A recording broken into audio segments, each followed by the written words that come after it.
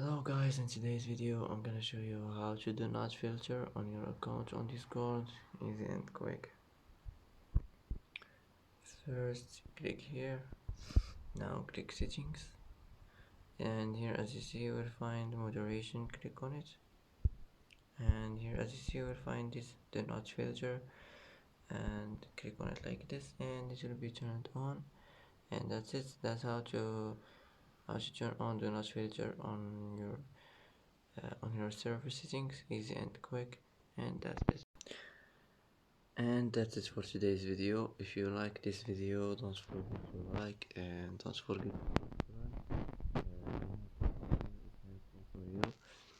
And thanks for watching. Thanks for watching till the end, and see you in the next video.